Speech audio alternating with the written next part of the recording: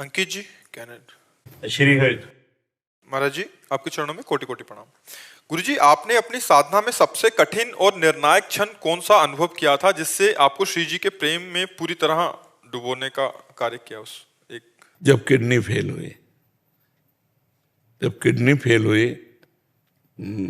काफी समय हो गया, 20-22 वर्ष, तब हमको लगा कि ब्राह्मण कुल में जन्म हुआ, बाल्यावस्था से भगवान के मार्ग में निकले, नैष्ठिक ब्रह्मचर्य वानप्रस्थ संन्यास जो, और अब जब प्रिया लाल के प्रेम में है तो पहिए टूट गए गाड़ी के, तो अब कैसे चले? तो जब गाड़ी के पहिए टूट गए तो फिर ऐसे हो गए कि अब मेरे बनाए ना बनेगी, अब मेरे से कोई साधन नहीं बन सकता।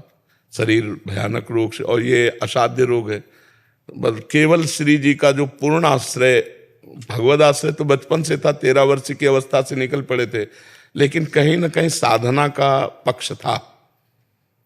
लेकिन फिर एक मोड़ आया जहां ना तो हम आसन पे बैठ सकते हैं और ना हम कोई साधना कर सकते हैं, तब रोने के सिवा दूसरा कोई रास्ता नहीं बचा। वो वहीं से एक रास्ता खुला, प्रियालाल के प्रेम मार्ग का। गुरु जी, एक शब्द बस कि राधा जी ही क्यों? आपको क्या लगता है कि आपकी जिंदगी में शिव जी के बाद श्री राधा का ही आगमन कैसे? भगवान शिव ने दिया। ये हमारा स्वयं का निर्णय नहीं था, ये भगवान विश्वनाथ विश्वेश्वर काशी के जो भगवान है, ये उनका कृपा प्रसाद। हाँ, उन्हीं का। हाँ, तो मतलब इतना भी कम नहीं है। जो विश्वनाथ जी से प्रेम हो, एक किशोरी जी से, जो किशोरी जी से, वो विश्वनाथ जी से, सही पूछो तो दोनों एक ही हैं। आपसे वो श्लोक सुना था, विकांतिक पहले मत्ता पर तरम नान्यत वाला, हर जगह वही है, पर फिर आपसे वो देवी पुराण वाला सुना। जी जी, शिव जी ही हमारी प्रियाजू। हाँ, भगवान शंकर तो भगवान शंकर ही है। आशुतोष है, उन्हीं की कृपा से सब है, सब कुछ उन्हीं की कृपा से। मुझे वृंदावन आना, रास का दर्शन होना, प्रिया प्रीतम के शरणागत होना, ये रस मिलना, ये सब महादेव जी की कृपा से। किंचन मात्र इसमें मेरी कोई साधना नहीं, कोई तपस्या नहीं, ये केवल करुणा भगवान शंकर की और उन्हीं की कृपा से। शुभम जी, कनाडा से। राधे राधे। राधे राधे महाराज जी। महाराज जी, क्या जीवन में अकेलेपन का अनुभव होना वास्तविकता में आध्यात्मिक जागरूकता के संकेत हैं, या कि ये केवल मन की एक अस्थायी स्थिति है? यदि ये आध्यात्मिक संकेत है इसी अकेलेपन की भावना में तो फिर जीव फंस जाता है। ये कोई आध्यात्मिक असंगोहम पुरुषा का थोड़ी अनुभव है। ये अकेलेपन का अभाव विषय संयोग की आकांक्षा से युक्त है। ये कोई परमात्मा प्राप्ति वाला असंगोहम थोड़ी है। अगर यही शास्त्र स्वाध्याय हो, सत्संग श्रवण हो और राग का नाश हो करके वैराग्य होने लगे, और फिर ये आने लगे कि हाँ, मैं के सिवा कोई नहीं, एक परमात्मा के सिवा कोई नहीं, यहाँ सब नानात्व मिथ्या है, ये तो समझ में आवे कि हाँ, आता है, मैं मतलब मेरा ये सब मिथ्या है, ऐसा समझ में आता है। हाँ, तब तो बहुत उत्तम बात है। किसी साथी की आवश्यकता की नहीं है। नहीं, अच्छा, काम वेदना की पीड़ा, काम वेदना कुछ भी नहीं। नाम जब रोज होता है, शास्त्र स्वाध्याय वो कभी कभार मतलब नहीं, नियम पूर्वक कीजिए तो ये आग और भड़क उठेगी अध्यात्म की। श्रीमद् भागवत का पाठ कीजिए, अर्थ सहित कीजिए, और ब्रह्मचर्य ठीक से चल रहे हो, चलो, भगवान की विशेष कृपा। लेकिन अभी कोई स्थायी वृत्ति नहीं है, इस पर कोई विश्वास न कर ले, क्योंकि मन जो है ना बहुत चंचल है, वो कभी किसी भी क्षण बदल सकता है। की कृपा से सब कुछ सही होता है। एकांत लगता है तो अच्छा लगता है, 90% समय तो मतलब बहुत ही वो आनंदमय लाइक राधा राधा, और माँ बाप की सेवा और बाकी सब बढ़िया से, लाइक जितना हो सके दान पुण्य। ये बहुत पूर्व जन्म का कोई सुकृत है जिससे ऐसी मंगलमय भावना उदय हुई, पर इसको गुप्त रखो और इसको सजो, इसको बढ़ाओ और इसको पचाओ। जब पच जाएगा तब ये स्थायी माना जाएगा। ठीक है, खूब नाम जप करो, शास्त्र स्वाध्याय जरूर करो, हो सके तो एक विवेक चूड़ामणि ले लो, आद्य गुरु भगवान शंकराचार्य जी की है। ज्ञानाग्नि प्रज्वलित करने में बहुत, संस्कृत का ज्ञान है थोड़ा बहुत, पर हिंदी की भी टीका है उसमें, गीता प्रेस से प्रकाशित होती है। क्या नाम बताया? शंकराचार्य का। भगवान शंकराचार्य जी की विवेक चूड़ामणि। विवेक चूड़ामणि, उसमें बहुत आपको ज्ञान हो जाएगा। सतोगुण क्या है, रजोगुण क्या है, तमोगुण क्या है, कर्मेंद्रियां क्या है, ज्ञानेंद्रियां क्या है, स्थूल शरीर क्या है, सूक्ष्म शरीर क्या है, कारण शरीर क्या है, पंचकोश क्या है, तो पता चलने लगेगा कि मैं कौन हूँ। पूरा बहुत आराम से थोड़ा थोड़ा पढ़िए, लेकिन उसे मनन कीजिए। ठीक है जी। जागृति बिजलानी जी, राधे राधे महाराज जी। महाराज जी, यदि ज्ञान किताबों से परे है तो धर्म ग्रंथ क्यों हैं, और क्या अध्ययन के बिना ज्ञान नहीं, प्राप्त आप किया जा सकता किताब धर्म ग्रंथ को किताबें कैसे कह सकती? किसका है? आप किताबें कैसे कह सकती? सांसारिक जिसमें आध्यात्मिक पढ़ाई होती है तो उनको धर्म ग्रंथों को पहले तो सब सही। सांसारिक पढ़ाई को किताबें कहते हैं बच्चा। ये तो हमारे जीवन है, ये तो हमारे साक्षात वांग्मय ब्रह्म स्वरूप है। इनको किताबें नहीं कहा जा सकता, धर्म ग्रंथ कहा जाता है। अब धर्म ग्रंथ में जो लिखा हुआ है वो बिना गुरु के कैसे समझ सकते हो? कैसे समझ सकते हो? पढ़ के समझ सकते हो क्या? जो उसमें सूत्र लिखा हुआ है, मानो लिखा है सर्वम खलमदम ब्रह्म ने नानास्ति किंचन, ब्रह्म के सिवा कुछ नहीं है। तो मुझे स्त्री दिखाई दे रहा है, पुरुष दिखाई दे रहा है, हे गुरुदेव अब इसको हम क्या कहें? तो गुरुदेव कृपा करके फिर उसे बताते हैं। तो गुरुदेव फिर ऐसा कैसे? तो पूरा ग्रंथ का जो रहस्य है वो हमें गुरुदेव बताते हैं। गुरुदेव जो शब्द ब्रह्म के पारगामी विद्वान और परब्रह्म के अनुभूत महापुरुष हैं, वो हमें शास्त्र के रहस्य को बताते हैं। शब्दार्थ, भावार्थ, रहस्यार्थ। तो रहस्यार्थ गुरु के बिना नहीं बता सकते। शास्त्र ऐसे वर्णन करते हैं, पूरब को जाना है और ठीक 10 कदम बाद राइट मुड़ जाना है। अब ये कौन बात बतावे? ये तो गुरु बताएगा कि यहाँ के बाद इसमें लिखा नहीं है, लेकिन इसमें राइट मुड़ो, यहाँ से ऐसे चलो, तब आप पहुंच पाओगे लक्ष्य पे। बिना गुरु के ज्ञान नहीं होता। और शास्त्र स्वाध्याय स्वयं तभी सफल होता है जब किसी महापुरुष के सानिध्य में किया जाए। क्या बिना अध्ययन के ज्ञान प्राप्त हो सकता है? हाँ, हो सकता है। बिना अध्ययन के भी ज्ञान प्राप्त हो सकता है यदि गुरु चरणों की सेवा की जाए और निरंतर गुरु अधीनता रखी जाए। तो एक भी ककारा न पड़े तो विचारों वेद उसके हृदय में स्फुरित हो जाएंगे। एक बार आद्य गुरु भगवान शंकराचार्य जी के शिष्य जन बैठे थे, वो गंगा स्नान करके आए तो श्री जो त्रोटकाचार्य जी थे वो केवल आद्य गुरु भगवान शंकराचार्य जी की शरीर सेवा में रहते थे, उनके सुख विधान में लगे रहते थे। तो किसी सूत्र की, ब्रह्म सूत्र की व्याख्या करनी थी, तो उनका गुरुदेव भगवान इस सूत्र की व्याख्या कर दो, तो उनका त्रोटक भी आ जाए त्रोटकाचार्य जी के लिए। तो कहा प्रभु उनको क्या सुनाना, उन कभी वो वेदांत पढ़ते नहीं, कभी वेदांत श्रवण नहीं करते, हर समय शरीर सेवा में लगे रहते हैं आपकी। तो उनका गुरु सेवा को इतना लघु मान लिया। आने दो उनको। आए, बोले बेटा इस सूत्र की व्याख्या कर दो। तो बिना पढ़े ब्रह्म सूत्र के, तभी वो आचार्य पदवी पर बैठे त्रोटकाचार्य जी। गुरु सेवा से जो ज्ञान है, शुद्ध ज्ञान गुरु चरणों की सेवा से प्राप्त होता है। यदि गुरु भगवान को समर्पित हो जाए, अब आप देखो देव ऋषि नारद जी गुरु हैं और उन्होंने उपदेश किया राम राम कहो, वो राम राम भी नहीं कह पाए, मरा मरा मरा मरा। भगवान के प्रकट होने के पहले ही भगवान की लीला की रचना कर दी, ब्रह्मर्षि कहलाए। तो नाम जो गुरु ने दिया उसमें सब कुछ छुपा हुआ है। जैसे राम, तो ये 2 अक्षर में पूरा ब्रह्म ज्ञान छुपा हुआ है। जो भगवान नाम है, जो गुरु प्रदत्त मंत्र है, उसी में समस्त शास्त्र छुपे हुए हैं। तो ऐसा नहीं कि वो ब्रह्मानुभूति नहीं कर सकते, वो भगवत प्राप्ति नहीं कर सकते, कर सकते हैं। गुरु कृपा ही केवलम, गुरु कृपा ही केवलम, गुरु कृपा से सब कुछ हो सकता है। महाभारत में एक प्रसंग आता है उपमन्यु जी का। वो गुरु जी के चरणा आश्रित हुए वेद पढ़ने के लिए। उन्होंने कह दिया गाय चराओ। तो उनकी बहुत सी बड़ी गौशाला थी, जंगल में चले जाते और गाय चराते। 15 दिन बाद आए तो बड़े हष्ट पुष्ट। तो उन्होंने कहा तुम हष्ट पुष्ट कैसे हो? तो उनका गुरुदेव भिक्षा मांग लेते हैं। बोले बिना गुरु आज्ञा के भिक्षा कैसे पाते हो? हमने तो आज्ञा नहीं करी। 15 दिन फिर चराने के लिए गए, जब आए फिर हष्ट पुष्ट। तो उनका तुम स्वस्थ कैसे हो? बोले गौओं का दूध पी लेते हैं। तो बोले गौएं हमारी हैं, हमारी आज्ञा के बिना तुम कैसे दूध पी लेते हो? 15 दिन के बाद फिर आए, फिर स्वस्थ। तो उनका तुम स्वस्थ कैसे हो? तो उनका बछड़ों को जो फेन निकलता है उसे चाट लेते। बोले हमारे बछड़े दयालु बहुत है। तुम्हारे लिए वो छोड़ देते हैं मेरी बिना आज्ञा कि तुम ऐसा।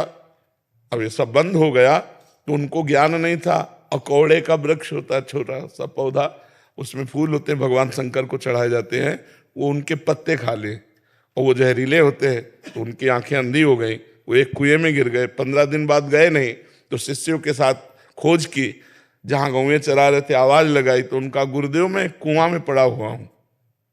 कैसे? तो मुझे पता नहीं, किसी वृक्ष के हमने पत्ते खा लिए जिससे हमारी आंखों की ज्योति चली गई और मैं इस अंधेरे कुएं में गिर गया। तो उन्होंने मंत्र बताया अश्वनी कुमार जी का कि इस मंत्र का जप करो, उच्चारण करो। देखो अभी देव वैद्य अश्वनी कुमार आ जाएंगे, महाभारत में इसकी कथा। तो जे हुए उच्चारण के अश्वनी कुमार आ गए, उन्होंने दिव्य पुए की रचना की औषधि मिला के और कहा खा जाओ। तो उनका आप नहीं, गुरु आज्ञा के बिना आप कभी अपनी जबान में कुछ नहीं रखूंगा, क्योंकि मैंने देख लिया मैंने गुरु आज्ञा का उल्लंघन किया। 15 दिन उपवास करके मुझे गुरु जी के पास पहुंचना चाहिए था और फिर वो मुझे उपदेश करते क्या खाना है, तब मैं खाता, लेकिन मैंने अपनी मनमानी की, आज के बाद कभी नहीं। तो बोले फिर अंधे बने रहोगे? तो उनका जन्म भर अंधा रहना ठीक है, लेकिन गुरु आज्ञा का उल्लंघन नहीं करूंगा। तो उनके गुरुदेव ने कहा पालो। तो जे भी पुआ पाए सो उनकी दिव्य दृष्टि जागृत हो गई, बाहर निकले और गुरुजी ने गले से लगाया तो बिना पढ़ाए चारों वेद उनके हृदय में स्फुरित हो गए। गुरु साक्षात परब्रह्म तस्मै श्री गुरुवे नमः। गुरु कृपा से बिना पढ़े लिखे भी ज्ञान आ जाएगा। जी। योगेश बजाज जी। महाराज जी आपके चरणों में कोटि कोटि प्रणाम। महाराज जी, दास भारतीय वायुसेना में कार्यरत है और आपका एकांतिक एवं सत्संग सुनते हैं और चलने का प्रयास भी कर रहे हैं। महाराज जी, अज्ञानता और प्रमादवश दास ने जीवन में परम लक्ष्य को नहीं पहचाना, अनेकों त्रुटियां करके व्यर्थ समय गवाया। मेरा प्रश्न है कि महाराज जी, मुझे राधा रानी की कृपा से गुरु मंत्र मिला और मैंने उसका मनन नहीं किया, इसका पश्चाताप एवं गलानी दोनों है। क्या मुझे भगवत प्राप्ति के मार्ग पर साहस एवं कृपा मिलेगी और मुझे अपने गुरुदेव से दोबारा गुरु मंत्र की प्रार्थना करनी चाहिए क्या? मंत्र याद है? हाँ, तो फिर बहुत ही हानि हो गई। मंत्र नहीं याद है तो फिर बहुत बड़ा मतलब प्रमाद हो गया, इसे प्रमाद कहते हैं। फिर जल्दी करो, जीवन की कब आखिरी श्वास हो इसका तो अपने को पता नहीं है ना। तो गुरु मंत्र ले लो और फिर सांगो पांग उपासना करो। प्रकट में आपके गुरुदेव विराजमान है? हाँ, उनसे पुनः जाकर के प्रार्थना करो, मंत्र ले लो और फिर भजन शुरू कर दो। समय नष्ट मत करो, ठीक है? जितनी जल्दी हो सके, आज कल परसों, क्योंकि पता नहीं शाम मिले कि ना मिले और हम वंचित हो जाएं। तो अभी नाम जप करते हो? हाँ, नाम जप करो और गुरुदेव से मंत्र ले लो। पवित्र अवस्था में वो मंत्र का जप किया करो और आखिरी श्वास अगर हमारी अभ्यासवश नाम में छूटी तो हमें भगवत प्राप्ति हो जाएगी। अजामिल ने अपने पुत्र के बहाने नारायण पुकारा तो भगवत प्राप्ति हो गई ना। और नारायण को जानकर नारायण नारायण भजेंगे तो हमें भगवत प्राप्ति नहीं हो जाएगी। जितनी श्वासें उतने में ही भगवत प्राप्ति हो जाएगी, पर लगन पूर्वक अब लगो। और ये पश्चाताप का विषय तो है ही कि गुरु मंत्र मिला और हम गुरु मंत्र ही भूल गए। ये कम से कम जप नहीं पाए पर हमें याद तो होना चाहिए। तो अब दोबारा जल्दी ले लीजिएगा जी। माला कौशल जी। राधे राधे। आदरणीय गुरुदेव, आपके चरणों में कोटि कोटि प्रणाम। महाराज जी, जब हम कुछ करना चाहते हैं और मेहनत और आलस्य के कारण नहीं कर पाते, परंतु मन को समझाने के लिए भाग्य में नहीं होगा यही सोच बैठ जाती है अंदर। ये कायरों का निर्णय है। दैव दैव आलसी पुकारा। दैव माने प्रारब्ध, भगवान के विधान ऐसे छोड़ देते हैं। काले ही कर्म ईश्वर मिथ्या दोष लगाए, ये झूठी बात है। हमको उत्साह संपन्न होना चाहिए। हमको जो कार्य मिला है उसमें दृढ़ता रखनी चाहिए। पूरा प्रयास किया, इसके बाद हार गए। अब दैव का निर्णय है कि हमने प्रयास किया, पूरी सफलता के जितने सूत्र हैं हमने सब स्वीकार किए, लेकिन सफलता नहीं मिली, ये मेरे भाग्य का विषय। लेकिन सफलता के असफलता के निर्णय के पहले ही हम उस कार्य को ही ना करें और कह दें मेरे भाग्य में नहीं। ये कायर पुरुष का लक्षण है, ये आलसी पुरुष का लक्षण है, ये उद्योगशील का उद्योगशील का नहीं है। इसलिए प्रयत्नशील बनो। संघर्ष जीवन को बहुत मिलेंगे और उनसे लड़ना पड़ेगा। देखो कितना बड़ा संघर्ष भगवान को। सुबह होना है राज तिलक, चक्रवर्ती सम्राट अवधपति बनना है, और सामय के 14 वर्ष का वनवास, कितना बड़ा संघर्ष। नंगे पैर, जहां राजमहलों में कोमल रुई जैसे गद्दों पर चलना होता प्रभु को, वहां कंकड़ पत्थर, जंगल में कोई ऐसा थोड़ी कि सुदृढ़ मार्ग बने हैं, नहीं नहीं, वहां तो कंकड़ की कांटे, भगवान उनमें 14 वर्ष रहे। किसी गांव नगर जाना निषेध था। 14 वर्ष भगवान का जो वनवास था उसमें किसी नगर में नहीं गए, किसी गांव में नहीं गए, भगवान जंगल में ही रहे। तो अब आप विचार करो, हम लोग तो उनके अंश हैं। जब हमारे परमात्मा को संघर्ष करना पड़ा इस मृत्यु लोक में आने पर, तो हम तो जीवात्मा है, हमारे तो सैकड़ों संघर्ष होंगे। तो हमको निराश नहीं होना, उदास नहीं होना, नाम जप करना है, गंदे आचरण नहीं करने, और अपने कर्तव्य में प्रमाद नहीं करना। चाहे वो किसानी हो, व्यापार हो, पढ़ाई हो, नौकरी हो, डॉक्टरी हो, मास्टरी हो, जो हमें कर्तव्य मिला है हम उसे भरपूर करें और उसे भगवान की सेवा माने, भगवान की पूजा माने और नाम जप करें। बढ़िया जीवन हो जाएगा। आप करके देख लो कोई। अब प्रमाद स्थिति में तो फिर मर के चले गए पशु पक्षियों की तरह, कुछ अध्यात्म नहीं कर पाए, परोपकार नहीं कर पाए, दूसरों की सेवा नहीं कर पाए, तो मनुष्य जीवन का मतलब क्या रह गया? खाना पीना, मैथुन करना और बस यही सांसारिक चिंतन करके मर जाना। ये तो हर जीव में है। निद्रा, भय, आहार, मैथुन ये सबके है, केवल मनुष्य के नहीं।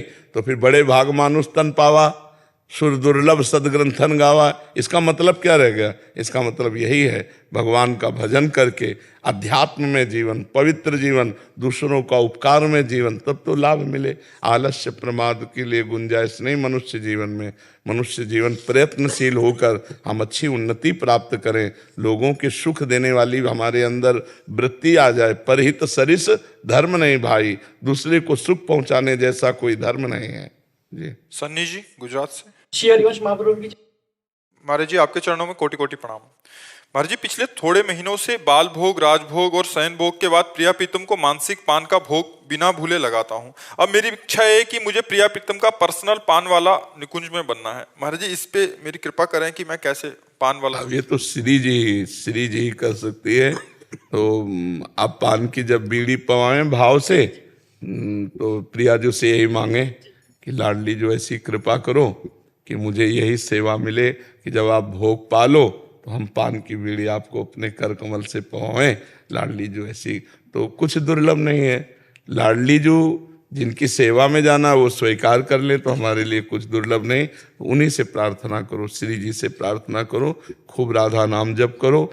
और जब पान की बीड़ी पवाओ भाव से, तो उस समय श्री जी से ऐसे भावना में प्रार्थना करो कि महारानी जी, लाडली जी, ये सेवा मुझे स्थायी दे दो कि मैं आपके समीप आऊं और ऐसी ही सेवा करूं। जी महाराज जी श्री जी का सबसे प्रिय लाडला भक्त बनने के लिए क्या करना पड़ेगा?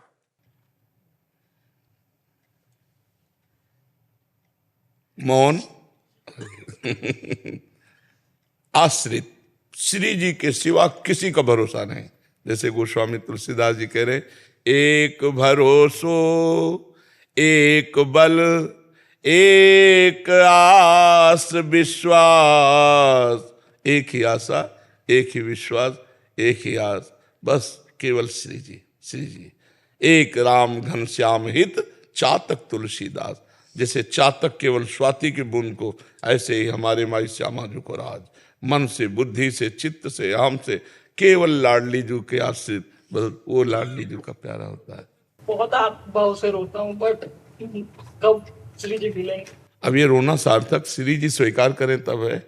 श्री जी के लिए ये दिखावा न बन जाए, ये आंतरिक भाव बना रहे, तो श्री जी कृपा कर देंगे। माँ बाप की भी खूब सेवा करता हूँ। हाँ करो। 22 साल से नहीं चल पा रहे। हाँ बहुत सुंदर, खूब सेवा करो, बढ़िया अवसर है। जैसे बोला है वैसे राधा नाम, फिर 5 संतों के उठते वक्त संयम में उठ के नाम, हाँ बहुत सुंदर। हाँ पूरा कर्म समर्पण, पूरा दिन का सुबह से शाम का रात, अरे बाजी जीत जाओगे, बाजी जीत जाओगे, देख लेना। जितना आपने बोला उतना पकड़ के रख। बस पकड़ के रखो, तुम्हें श्री जी तुम्हें पकड़ लेंगी, चिंता मत करो। जी नेहा कौशल जी नोएडा से। राधे राधे।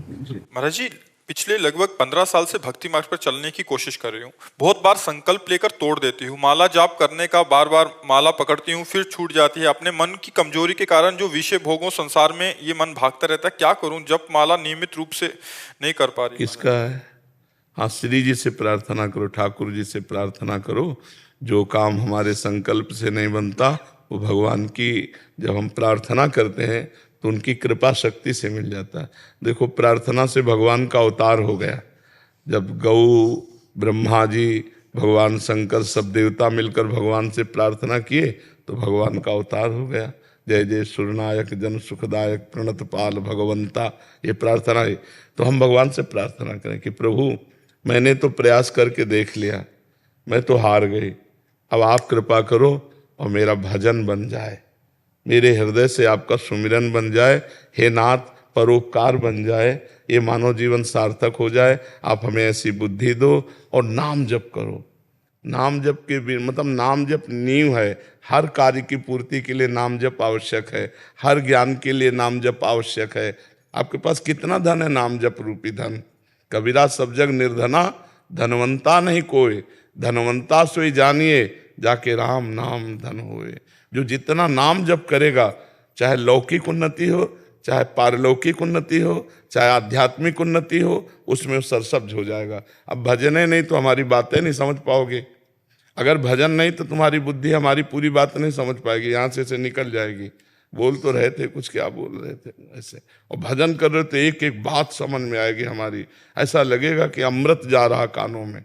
इसलिए भगवान से प्रार्थना करो, वो कृपा करेंगे, वही सामर्थ्य देंगे। नंदिका जी चंडीगढ़ से। राधे राधे महाराज जी। महाराज जी, विश्वास और अंधविश्वास में क्या अंतर है? संसार में बिना विचार करके अंधविश्वास नहीं करना चाहिए, और भगवान में बिना विचार करके विश्वास कर लेना चाहिए। भगवान और संसार में अंतर है। संसार में किसी व्यक्ति, वस्तु, स्थान पर सहसा विश्वास मत करो। बिना विचारे जे करे ते पाछे पछताए, काम बिगाड़ो आपनो जग में हो थसाए। पहले विचार करो, परीक्षा लो उसकी। अगर तुम्हारी परीक्षा में पास है, जानकारी में पास है, तो फिर विश्वास कर लो। लेकिन भगवान में नहीं। भगवान में तो सीधे विश्वास करो, तब उनको जान पाओगे। बिन विश्वास भगति नहीं, ते बिन द्रवहि न राम, राम कृपा बिनु सपन्यु, जीव न लह विश्राम। भगवान में अंधा विश्वास करो सीधे। वो सर्वत्र हैं, वो सब जगह हैं, वो हमारी रक्षा करेंगे, वो मंगल भवन है, कभी अमंगल नहीं हो सकता। मैं भगवान की हूँ, भगवान मेरे हैं, इसमें विचार की जरूरत नहीं। लेकिन संसार में किसी को अपना बनाने के पहले उसकी परीक्षा लो। वो स्वार्थी तो नहीं है, वो हमारा शोषण तो नहीं करना चाहता। सहसा विश्वास मत करो, किसी से भी विश्वास मत करो। विश्वास तब करो जब कुछ दिन उसको परख लो, जांच लो, तब विश्वास करो। संसार में अंधा विश्वास मत करो, लेकिन भगवान में अंधा विश्वास कर लो। यहां अगर झूठे से भी मान लिया प्रभु मेरे, तो तुम्हें पकड़ लेंगे, तुम्हारा कल्याण हो जाएगा। क्यों? संसार में विश्वास न करो। चाहे कोई कितना भी सगा हो, संसार में विश्वास न करे, परीक्षा लेकर के ही, जांच पड़ताल करके ही विश्वास स्थापित करे। लेकिन भगवान में ना उनकी परीक्षा ले सकते हैं और ना उनकी जानकारी हमें अंधा विश्वास ही करना होगा। और जब जान जाएंगे तब हमें सच्चा विश्वास हो जाएगा। पहले मान जाते हैं कि भगवान है, हमारी रक्षा कर रहे हैं, हम पर बड़ी कृपा है, उनको हम अपना मानते हैं, फिर वो हमको जना देंगे। सोई जाने जे देव जनाई, जानत तुम्हें तुम्हें हो जाए। समझ पाए ना बच्चा जी? कल्पना भारद्वाज जी। राधे राधे महाराज जी। जी महाराज जी, आपके चरणों में कोटि कोटि प्रणाम। महाराज जी कह रहे हैं कि इन्होंने अपने बेटे का नाम अभिमन्यु रख दिया, बट अभी जब इन्होंने शास्त्रों की जो तो ये थोड़ी है कि वो वीर गति को प्राप्त हो जाएगा, ऐसा डर कह रहे हैं कि उनकी अल्पायु में कहीं नहीं, ऐसा नहीं। नहीं, किसी जैसे उस घर में उत्सव वगैरह करते हैं तो ऐसा कानों में पड़ा कि किसी ने ऐसा कहा कि अभिमन्यु नाम है, वो तो अल्पायु था। तो एक किसी का नाम हो और वो अल्पायु हो तो पूरे भारत में वही, जब नाम रखा जाएगा तो अल्पायु हो जाएगा, ऐसा नहीं। आप चिंता न कीजिए, और नाम से अल्पायु नहीं होता है, कर्म से अल्पायु होता है। नहीं, जैसे कहते हैं ना कि नाम का भी छवि पे असर पड़ता है, मतलब मनुष्य पर, इस तरीके से कुछ। तो अभिमन्यु नाम दूषित नाम थोड़ी हो, तो वीर गति को प्राप्त हुए थे, युद्ध के क्षेत्र में भगवान के भांजे थे, और उनका केवल उतना ही समय था जीवन का। तो ये थोड़ी कि अभिमन्यु किसी का नाम रख दिया जाए तो अल्पायु में मर जाए। भारत में लाखों लोगों का नाम अभिमन्यु होगा, लाखों लोगों का नाम अभिमन्यु होगा। आप इस नाम से आपके बच्चे की हानि होने वाली नहीं, कर्म से हानि होती है। जैसे कर्म कोई पाप कर्म बन गए तो फिर आयु क्षीण हो जाती है, फिर अल्पायु हो जाती है। साधु अवज्ञा तुरंत भवानी कर कल्याण अखिल के हानि, कोई महत अपराध बन जाए तो फिर अकाल मृत्यु का योग बन जाता है। ऐसे थोड़ी कि नाम रख दिया तो, ऐसा नहीं है। बहुतों के नाम ऐसे हैं जो बड़े पवित्र नाम है, आचरण बहुत गंदे हैं। बहुतों के नाम हम देखे हैं ना कि बहुत पवित्र नाम है उनका, जैसे भगवान नामों में उनका नाम है, बहुत गंदे आचरण है। तो ऐसा थोड़ी कि नाम जो रखा गया उसका उसके ऊपर प्रभाव ही पड़ेगा, ऐसा नहीं है। ऐसा नहीं कि अभिमन्यु नाम रख दिया तो अब वो कै साल का है? अभी 6 साल का होगा, 5 साल का हुआ है। अच्छा, तो तुम डरो मती, तो डरो मती, ठीक है। जी, कुछ भी उसको होता है तो मन में बस यही ख्याल आते हैं कि ऐसा सोचा नहीं पहले, बाद में किसी ने ऐसा बोला तो। नहीं, डरो मत, डरो मत। अरे दूसरा नाम रख ले होगा, तुम्हें डर लग रहा हो। मैंने पति से कहा था तो उन्होंने कहा कि नहीं, सब ऐसा नहीं होता है। हाँ, होता तो नहीं, लेकिन तुम्हें डर, तुम माँ हो ना, तो तुम्हें अगर उसको जुकाम भी होगा तो आपको ध्यान आ जाएगा अभिमन्यु नाम का, जल्दी चला जाए तो नाम बदल दो भाई। वही लिखा है, कह रहे कि बुखार भी हो जाता है या जुकाम हो जाता उसके लिए नाम बदल दो, वो कुछ नहीं होता इससे, पर उसके लिए बदल दो। लेकिन मैंने समझाया नहीं, फिर भी उसको नाम, माँ है, माँ को अपने बच्चे से जो प्यार होता है, प्यार में समझ नहीं होती। अधिक प्रीति मन भा संदेहा, जब अधिक प्रीति होती है तो मन में संदेह उत्पन्न हो जाता है, तो इसलिए आप दूसरा नाम रखवा दो, ठीक है। राधे राधे महाराज जी। महाराज जी, मैं सेना में एक अधिकारी हूँ। जीवन में बहुत सम्मान मिला और अब तक हर ड्यूटी मैंने पूरे मन से की और राष्ट्रहित की सर्वोपरि ही रखकर ऐसे करता रहा। कुछ वर्ष पूर्व अधिक लोभ और लालच में आकर मैंने स्टॉक मार्केट में काफी धन अपनी हानि किया। इस दौरान धन की हानि के अलावा मेरी रेपुटेशन भी खराब हुई, हानि हुई। महाराज जी, उस समय बहुत बुरे समय चल रहा था। रिश्तेदारों और मित्रों ने किसी ने मदद की, किसी ने नहीं की, पर जिन्होंने मदद की महाराज जी, मैं उनका ऋण कैसे वापस करूं या करूंगा? अपने माता पिता का वो सम्मान जिससे जो क्षति हुआ उसको कैसे पूरा करूं? अब क्या करूं महाराज? अब नाम जप, भगवान का नाम जप करो, भगवान की ही प्रसन्नता से सब प्रसन्नता हो जाएगी। एक भगवान प्रसन्न हो जाए तो माता पिता मित्र गुरु सब की प्रसन्नता हो जाए। जहाँ पर कृपा राम की हुई ता पर कृपा करे सब कोई। भगवान का स्मरण कर लो, भगवान के नाम जप के द्वारा भगवान की प्राप्ति कर लो, सब पूर्णता हो जाएगी, सारे ऋणों से मुक्त हो जाओगे। भागवत में 11 स्कंद में लिखा हुआ है, जो भगवान का भजन करते हुए भगवत प्राप्ति कर लेते हैं, मातृ ऋण, पितृ ऋण, देव ऋण, ऋषि ऋण, सब ऋणों से मुक्त हो जाते हैं। तो कभी कभी हम प्रलोभनवश गलतियां कर बैठते हैं, तो उन गलतियों का समाधान अध्यात्म से है, प्रकृति में नहीं। जैसे हमसे कोई पाप कर्म बन गया, कोई गलती बन गई, तो हम सीधे भगवान से क्षमा मांगे तो सबकी क्षमा हो जाएगी। जीव जंतु कहीं भी हमारा अपराध बना है, क्योंकि भगवान सब जगह विराजमान है। एकमात्र भगवान को प्रणाम करने से सबका प्रणाम हो जाता है, भगवान से क्षमा मांगने से सब गलतियों का क्षमा हो जाता है। इसलिए हम भगवान से प्रार्थना करें और भगवान का नाम जप करें। और ये तो अनुभव हो ही गया होगा कि संसार में कोई अपना है नहीं। बिगड़ जाए ना, जब हमारा बिगड़, अभी तो आप चलने लायक हो इसलिए सहयोग भी कर दिया होगा। अगर आप चलने लायक ना हो, किसी काम के ना हो, तो कुछ दिन बाद देखेंगे, कुछ दिन तो चले, कुछ दिन बाद देखेंगे आपके पास कोई आना पसंद नहीं करेगा, क्योंकि संसार स्वार्थी है। जब तक आपसे स्वार्थ बनता है, जब लग रहा है कि अगर आज हमने 100 रुपये दिए तो कल ये 200 का सहयोग कर देगा, तो आपका सहयोग हो जाएगा। और जब पता है कि इसके पास है ही नहीं, 100 गए तो गए, तो फिर कोई तुम्हारा सहयोग करने वाला नहीं। यहाँ स्वार्थ लाग करे सब प्रीति, सुर नर मुनि सब ही की रीति। स्वार्थ से ही प्रीति होती है यहाँ संसार में, और स्वार्थ रहित प्रीति करने वाले तो भगवान और भगवान के प्रेमी भक्त जन है। स्वार्थ रहित जग जुग उपकारी, तुम तुम्हार सेवक असुरारी। तो नाम जप करो, शास्त्र स्वाध्याय करो, सत्संग सुनो, और अब जितना बन जाए दूसरे का हित करो। जिन्होंने तुम्हारा हित किया उनका तो करो ही, जिन्होंने तुम्हारा हित नहीं किया उनका भी हित करने की सोचो, तो तुम अध्यात्म में प्रवीण बन जाओगे। प्रलोभन कभी कभी हमको गिरा देता है, लोभ कभी कभी हमको नीचे गिरा देता है, तो हम उठे, अध्यात्म के द्वारा ऊपर उठे। महाराज जी, आपके चरणों में कोटि कोटि प्रणाम।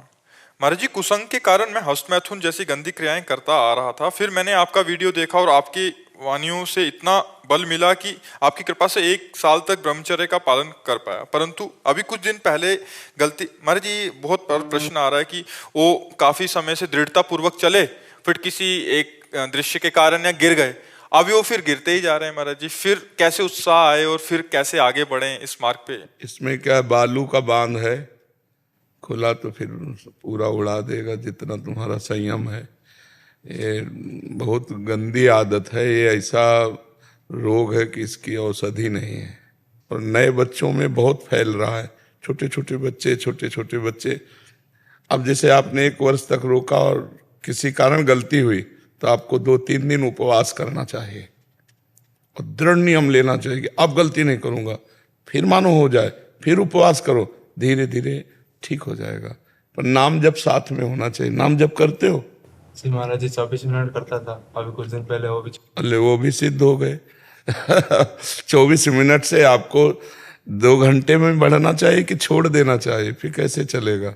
अब फिर संभालो एक बार, फिर हिम्मत करो, ठीक है?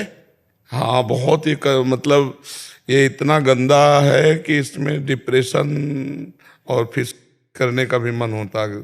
50 बच्चे आ चुके हैं ऐसे जो इसके बहुत शिकार। अभी तो मान लो थोड़ा संयम में आप चल लिए, नहीं तो दिन में कई बार तो उन बच्चों की हालत क्या हो गई, कमर दर्द, गांठ दर्द, सब दर्द। एक तो आए थे जिनको डॉक्टर ने बताया था कि 3 बार। महाराज जी इनका भी प्रश्न है, नितेश सोनी जी। महाराज जी कह रहे हैं कि मैं युवाओं को हस्तमैथुन के प्रति जागरूक कर रहा हूं, पर कुछ असामाजिक तत्व और इन्फ्लुएंसर उनको प्रेरित करते हैं। हम भी तो इसी के कि बच्चे बच जाएं, पवित्र जीवन उनका हो, ये बहुत निकृष्ट बात है। इसमें कई तरह की बहुत हानियां हो जाती है, इसमें हानि ही हानि, लाभ तो है ही नहीं। उसमें नस नाड़ियां इतनी कमजोर हो जाती कि कुछ समय बाद स्पर्श मात्र से या संकल्प मात्र से वीर्यपात हो जाएगा, या जो गृहस्थी में अत्यंत आवश्यक जो उसमें योग्यता ही खो देगा, वो संतानोत्पत्ति की योग्यता ही खो देगा।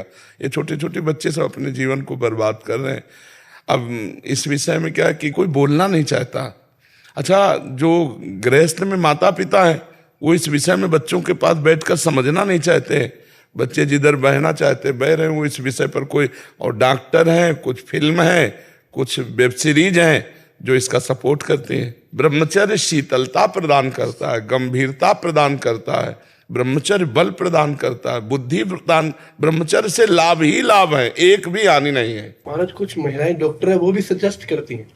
और जो बच्चों को दिक्कतें हो रही हैं, सैकड़ों ऐसे बच्चे पढ़े वीडियो में जो यहाँ आके कह रहे थे कि अगर आपका मोबाइल से ना सत्संग मिलता तो मैं कर लेता। हजारों कमेंट है हमारे हाँ, जो पढ़ने में आते हैं। तो उन डॉक्टरों की भी बुद्धि माया से प्रेरित है, क्योंकि बड़े लोगों के द्वारा जब किसी बात का समर्थन मिलता है, वैसे ही हमारा मन राजी है ऐसे गंदे कामों में, फिर और राजी हो जाएगा।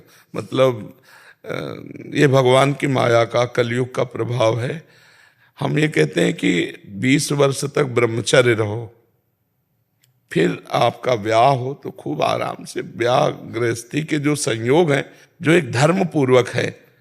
अब ये गंदी आदतें, नशा, बॉयफ्रेंड गर्लफ्रेंड, मतलब जहाँ उन्नति का चिंतन होना चाहिए वहाँ पतन का चिंतन हो रहा है। जहाँ उन्नति के लिए हमें बलवान बनना चाहिए वहाँ हम पतन करके अपना निर्बल बनते जा रहे हैं। जो हस्तमैथुन करेगा उसकी स्मृति शक्ति नष्ट हो जाएगी, याददाश्त, काम करने का मन नहीं होगा, शरीर में एक आलस से भरा रहेगा, और एक कुछ दिन बाद अजीर्णता सी होने लगेगी, लीवर काम करना कम कर देगा। बहुत सी परेशानियां हैं। अब कैसे इन बच्चों को समझाएं? माता पिता इस विषय पर ध्यान नहीं दे रहे, और दोस्त इस विषय को और बढ़ावा दे रहे, और डॉक्टर बढ़ावा दे रहे। कुछ ऐसे वेब सीरीज बन गई हैं जिनसे बहुत हानि हो रही। तो हमें तो यही हाथ जोड़कर प्रार्थना है कि आप बच्चे खुद संभलो, नहीं तो आपका जीवन बर्बाद हो जाएगा। आप नियम निष्ठ बनो। अब विरोध करने वाले तो बताओ, सच्चाई, धर्म, भजन सबका। महाराज जी आज ये आपका एक और प्रश्न है कि भारत के युवा बहुत बेरोजगार होके अपना भविष्य और समय दोनों बर्बाद कर रहे हैं। वो बाहर की पद्धति को अपना रहे हैं। और बाहर की पद्धति क्या? यूएस टाइम में जैसे बाहर दिन है, यहाँ रात होती है, सारी रात तो जगते रहते हैं। दिन में पूरे दिन में सोते हैं, काम 1 रुपए का भी नहीं। सारी रात फोन चलाएंगे, सुबह 5 बजे सोएंगे, फिर शाम को 7 बजे उठते हैं। तो उनका वो दिन शाम को 7 बजे शुरू होता है। कितना निकृष्ट बात है। नाइट आउट करते हैं मतलब। अरे दिन मिला है उत्तर उज्जवल काम करने। देखो आजकल लेबरी में भी 500 रुपया मिलते हैं, 500-550 रुपया मिलते हैं। 8 घंटे ईंट गारा कर लो तो 500 रुपया मिलते हैं। 500 रुपये में एक परिवार चलाया जा सकता है अच्छे से। रोज 500 आ जाए तो सब्जी रोटी वैसे खान पान की व्यवस्था। यार मनुष्य जीवन मिला, सो के गंवा दे, इस तरह व्यर्थ कर दे तो क्या रात्रि में क्या काम करेगा? उद्दंडता करेगा, नशा करेगा, गंदे आचरण करेगा, यही करेगा। ये तो बहुत हानि का विषय है। भजन के बिना, अध्यात्म के बिना संसार बिल्कुल व्यर्थ का जीवन व्यतीत करता है। अगर थोड़ा सा भी नाम जप करने लगे तो बुद्धि शुद्ध हो जाए। देखो ब्रह्म मुहूर्त में उठ के देखो आप 4 बजे उठिए, थोड़ा जल पीजिए, शौच जाइए, फिर इसके बाद कपड़ा पहनिए पवित्र होके और फिर दौड़ लगाइए, दंड बैठक मारिए, थोड़ी देर घंटा आध घंटा नाम जप कीजिए, भगवत ध्यान कीजिए और फिर अपने काम में चले जाइए। देखो आपका चेहरा, आपका जीवन प्रकाश में रहेगा। अब ब्रह्म मुहूर्त में जो सोता है उसकी आयु नष्ट होती, बुद्धि नष्ट होती। अब कहाँ बुद्धि रह गई? जरा सा माँ बिगड़ गई तो माँ को जान से मार डाला। एक ने लड़का तो अपने माँ को गोली मार दिया, वो गेम खेलने के लिए रोकी तो। हाँ गेम खेलने, बिल्कुल ये बहुत हानि हो रही है। अध्यात्म के बिना बहुत हानि हो रही है।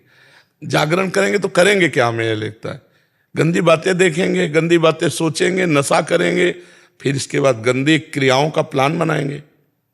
जो हम देखते हैं, जो हम सुनते हैं, वही हमारा मनन चलता है और जब मनन चलता है तो वही प्लान बन जाता है। तो प्रैक्टिकल के लिए इच्छा जागृत होगी। अब प्रैक्टिकल के लिए जब करेंगे तो जेल जाएंगे। तो इसलिए बहुत बेरोजगारी बढ़ रही है और बहुत गंदी बातें भी बढ़ रही हैं। गंदी बात मतलब इतनी हिम्मत हो गई बच्चों में कि 2 बच्चियां जा रही गली में उनको छेड़ रहे। तो कितनी मलिनता, जो देखा ना मलिन विचार, तो वही क्रिया करने के लिए उनकी भावनाएं बनती हैं। वीडियो शूट करते हैं कुछ होता है तो। हाँ बिल्कुल, हाँ बचाने की जगह वीडियो। हाँ बिल्कुल, बात बहुत बुद्धि मलिन हो रही। भगवान कृपा करें, पर काफी सुधर भी रहे हैं। जी हैं जर्मनी से, वो भी कह रहे हैं कि बहुत गलत आदतों में फंस गए थे और आपकी वीडियोस देख के अभी पूरा एकदम सब कुछ छूट गया। महाराज जी ऐसा होता है कि जैसे जो दोस्त होते हैं, अगर जो जैसे तुम सही मार्ग पे चलने की कोशिश करोगे तो अगर तो वो दोस्त कहते हैं कि तुम इसमें सामर्थ्य नहीं हो इसलिए तुम ऐसा बोल रहे हो कि हाँ तो असमर्थ बना रहे तो हमें लगता है ज्यादा अच्छा है। गंदे आचरण के लिए दिग्विजयी योद्धा बनना जरूरी है क्या? वो कह रहे तुम असमर्थ हो, कायर हो, तुम समर्थ बनो, विश्व विजेता बनो, तब जाओ। अपने को सुव्यवस्थित रखो। बच्चा बहुत गंदा। इसमें क्या है, जो किसान है कोई इसमें? हाँ किसान। गेहूं जब गलेत पे आता है, गलेत का मतलब समझते हो, बाली निकलने के पहले, बाली निकलने वाली होती है, उस समय अगर काट लिया जाए तो एक भी दाना नहीं मिलेगा। हाँ एक भी दाना नहीं मिलेगा।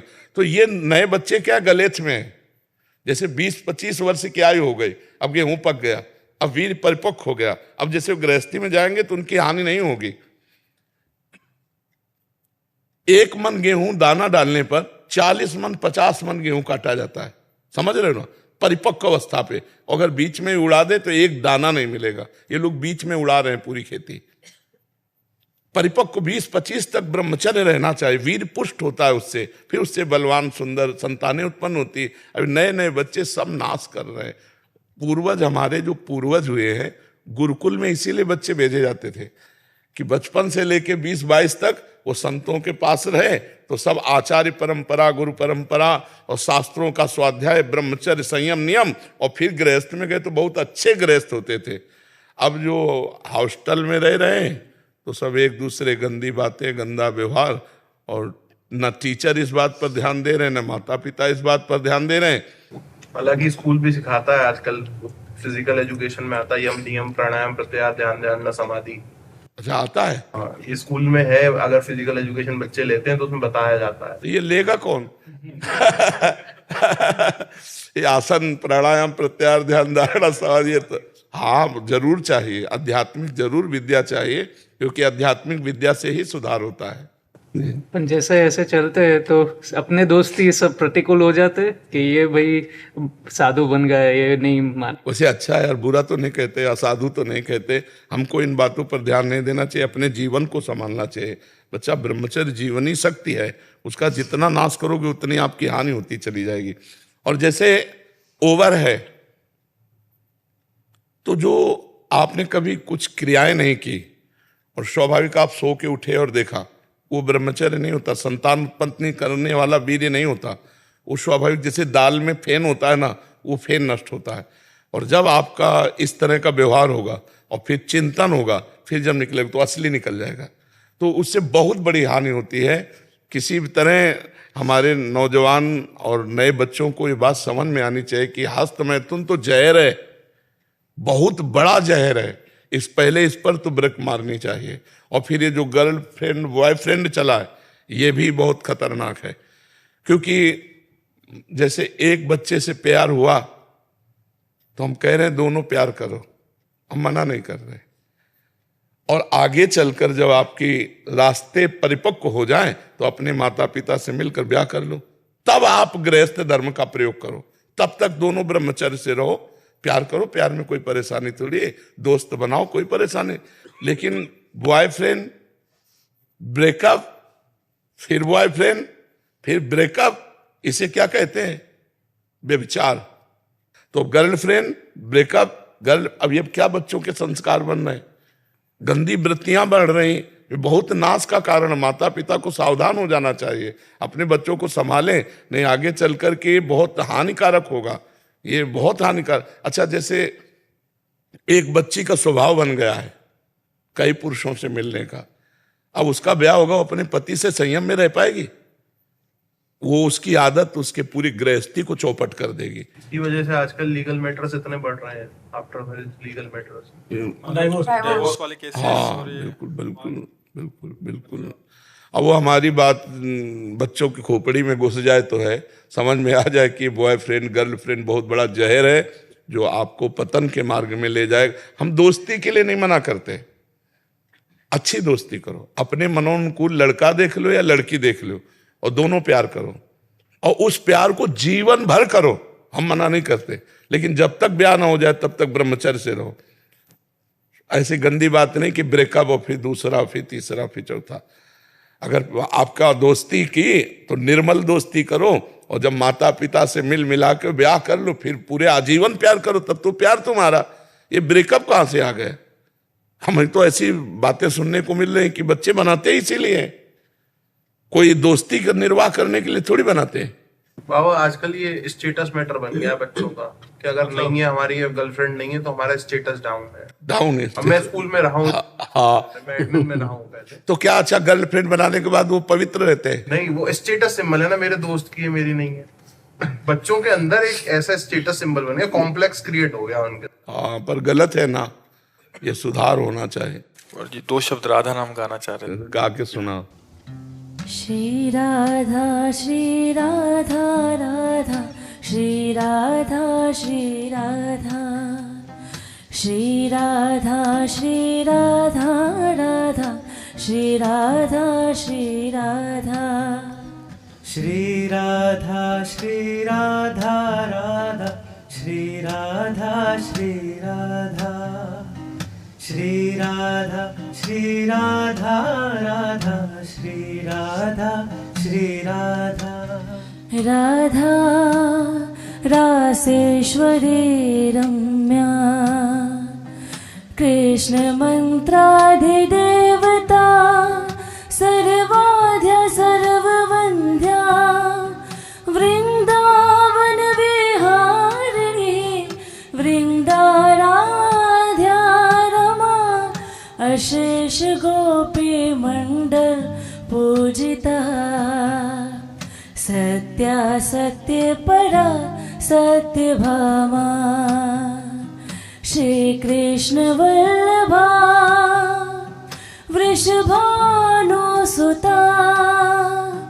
गोपी मूल प्रकृति ईश्वरी गांधर्वा राधिका आरम्या रुक्मणी परमेश्वरी परात्परतरा पूर्णा पूर्णचंद्र विभानना भुक्ति मुक्ति प्रदा भवयाधि विनाशिनी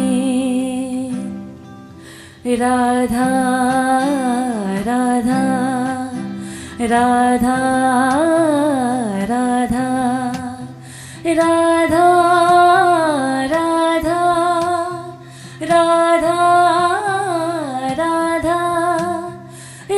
राधा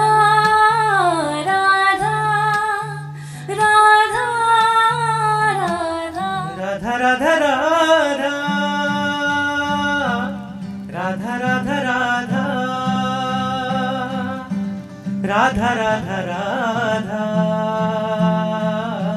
राधा राधा राधा।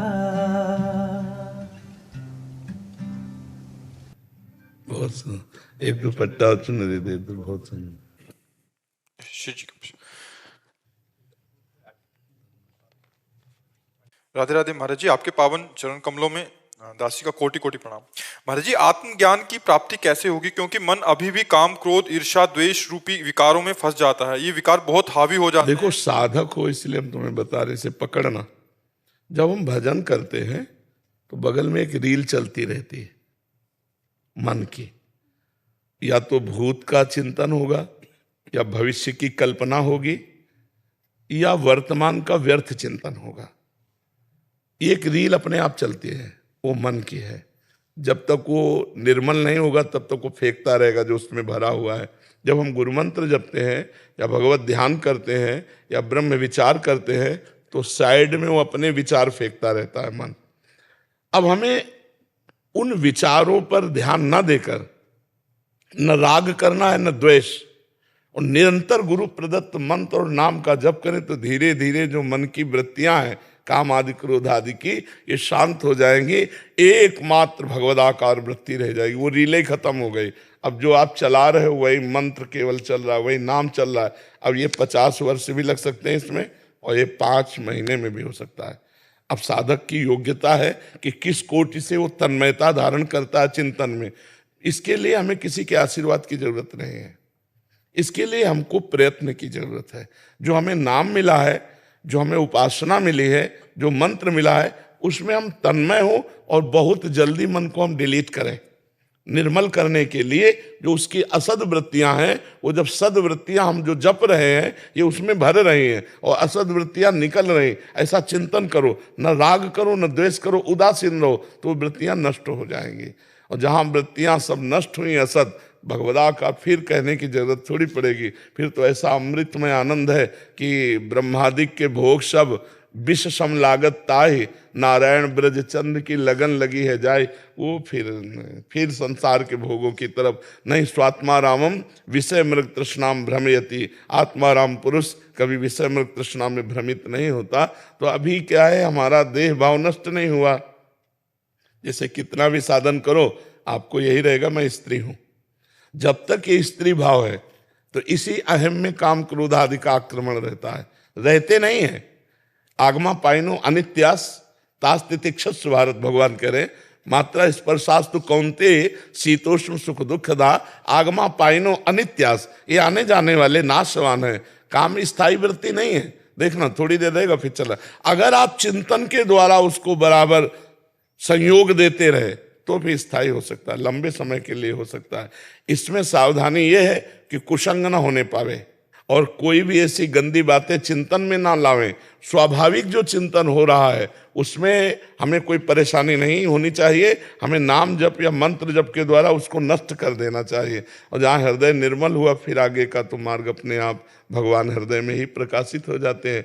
लेकिन बहुत लंबी लड़ाई है, ये कोई साल 6 महीना की नहीं है। इसीलिए जगत संतों को नमस्कार करता है, क्योंकि पूरे जीवन युद्ध ही युद्ध है, पूरे जीवन साधना ही साधना है। अगर 10 मिनट मनोरंजन कर लिए तो 50 वर्ष की साधना को मिट्टी में मिला सकता है 10 मिनट का मनोरंजन। इसलिए पूरे जीवन कांपता हुआ भयभीत होता हुआ भगवान की शरण की तरफ भागता रहे।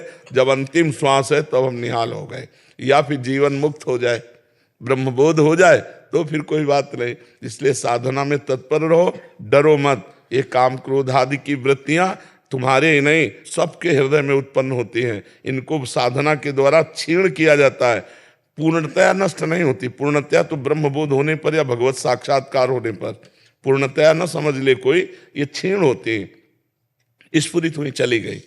चिंगारी है